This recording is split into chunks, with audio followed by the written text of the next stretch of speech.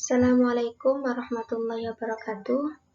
Perkenalkan, nama saya Hayilal Husna dengan NIM T2018-5034 dari kelas IPA 1. Kali ini saya akan membahas tentang hakikat peserta didik secara tepat.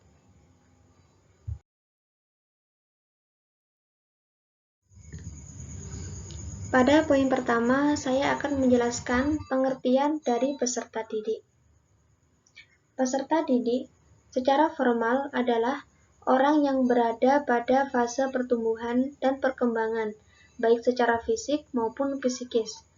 Pertumbuhan dan perkembangan merupakan ciri dari seorang peserta didik yang perlu bimbingan dari seorang pendidik. Istilah pertumbuhan yaitu menyangkut fisik, dan istilah perkembangan yaitu menyangkut psikis. Dalam konsep pendidikan Islam tentang peserta didik, berlandaskan pada konsep atau teori fitrah yang mengetengahkan bahwa pada dasarnya peserta didik lahir telah membawa bakat dan potensi-potensi yang cenderung pada kebaikan dan kebenaran. Potensi-potensi tersebut pada hakikatnya dapat berkembang dalam suatu keterjalinan dengan dunia eksternalnya yang dapat diformulasikan dengan rentahan, baik, dan interaktif.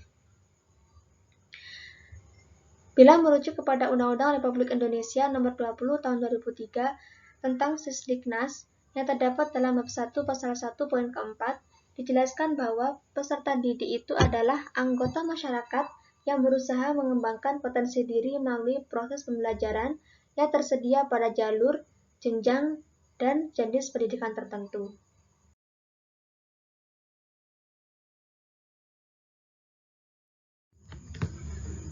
Poin kedua yaitu tentang hakikat peserta didik.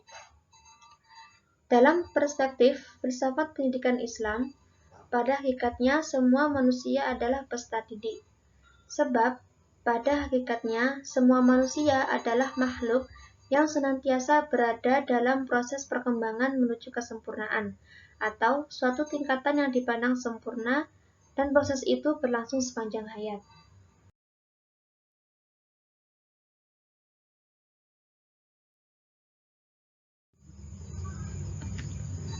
Dalam bukunya Syamsul Nizar, dijelaskan beberapa deskripsi tentang hakikat peserta didik dan implikasinya terhadap pendidikan Islam, yaitu yang pertama, peserta didik bukan merupakan miniatur orang dewasa, akan tetapi memiliki dunianya sendiri.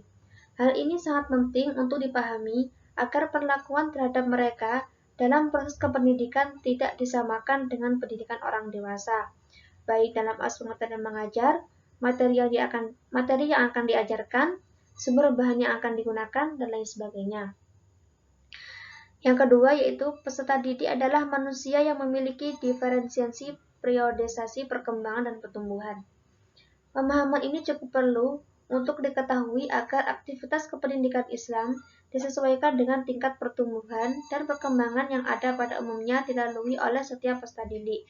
Hal ini sangat beralasan karena kadar kemampuan peserta didik ditentukan oleh faktor usia dan periode perkembangan atau pertumbuhan potensi yang dimilikinya. Yang ketiga, peserta didik adalah manusia yang memiliki kebutuhan, baik yang menyangkut kebutuhan jasmani maupun rohani yang harus dipenuhi.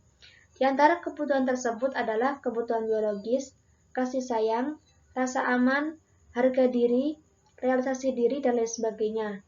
Kesemua itu penting dipahami oleh pendidik agar tugas-tugas kependidikannya dapat berjalan secara baik dan lancar. Yang keempat yaitu peserta didik adalah makhluk Allah yang memiliki perbedaan individual, baik yang disebabkan oleh faktor pembawaan maupun lingkungan di mana ia berada. Pemahaman tentang diferensiasi individual peserta didik sangat penting untuk dipahami oleh seorang pendidik. Hal ini disebabkan karena menyangkut bagaimana pendekatan yang perlu dilakukan pendidik dalam menghadapi ragam sikap dan perbedaan tersebut dalam suasana yang dinamis, tanpa harus mengorbankan kepentingan salah satu pihak atau kelompok. Yang kelima, peserta didik merupakan keresultan dari dua unsur utama, yaitu jasmani dan rohani. Unsur jasmani memiliki daya fisik yang menghendaki latihan dan pembiasaan yang dilakukan melalui proses pendidikan. Sementara unsur rohaniyah memiliki dua daya, yaitu daya akal dan daya rasa. Untuk mempertajam daya akal, maka proses pendidikan hendaknya diarahkan untuk mengasah daya intelektualitasnya melalui ilmu-ilmu rasional. Adapun untuk mempertajam daya rasa dapat dilakukan melalui pendidikan akhlak dan ibadah. Konsep ini bermakna bahwa suatu proses pendidikan Islam hendaknya dilakukan dengan memandang peserta didik secara utuh.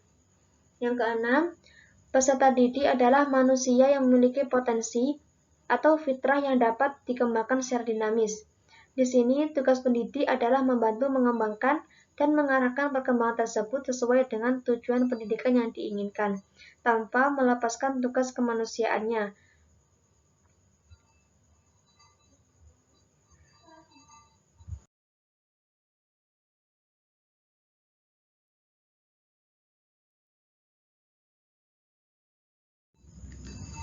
Pada poin ketiga, yaitu tentang sifat-sifat yang harus dimiliki oleh peserta didik. Berkenaan dengan sifat peserta didik, Imam Al-Ghazali, sebagaimana dikutip oleh Fatahiyah Hasan Sulaiman, merumuskan sifat-sifat yang patut dan harus dimiliki oleh peserta didik, yaitu yang pertama, belajar dengan niat ibadah dalam rangka taqarrub ilallah. Yang kedua, mengurangi kecenderungan pada kehidupan duniawi dibandingkan ukhrawi atau sebaliknya. Yang ketiga, anak didik harus selalu bersikap rendah hati. Yang keempat, menjaga pikiran dari berbagai pertentangan yang timbul dari berbagai aliran. Yang kelima, mempelajari ilmu-ilmu yang terpuji. Yang keenam, belajar secara bertahap atau berjenjang, dengan memulai pelajaran yang mudah menuju pelajaran yang sulit. Yang ketujuh, mempelajari suatu ilmu sampai tuntas, untuk kemudian beralih pada ilmu lainnya. Yang kedelapan, memahami nilai-nilai ilmiah atas ilmu pengetahuan yang dipelajari.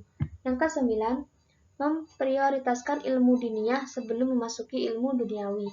Yang kesepuluh, mengenal nilai-nilai pragmatis bagi suatu ilmu pengetahuan.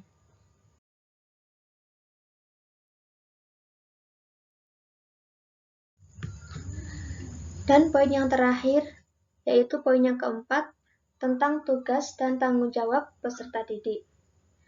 Tugas utama yang harus dilakukan peserta didik telah dijelaskan oleh Rasulullah SAW melalui salah satu hadis yang menegaskan bahwa menuntut ilmu merupakan kewajiban bagi setiap muslim dan muslimat. Proses menuntut ilmu atau mempelajari ilmu dapat dilakukan dengan berbagai cara, seperti membaca, mengeksplorasi, meneliti, mencermati fenomena diri, berdialog, berdiskusi, bermusyawarah, mencontoh atau meneladani, mendengarkan nasihat, bimbingan, pengajaran, dan lain-lain.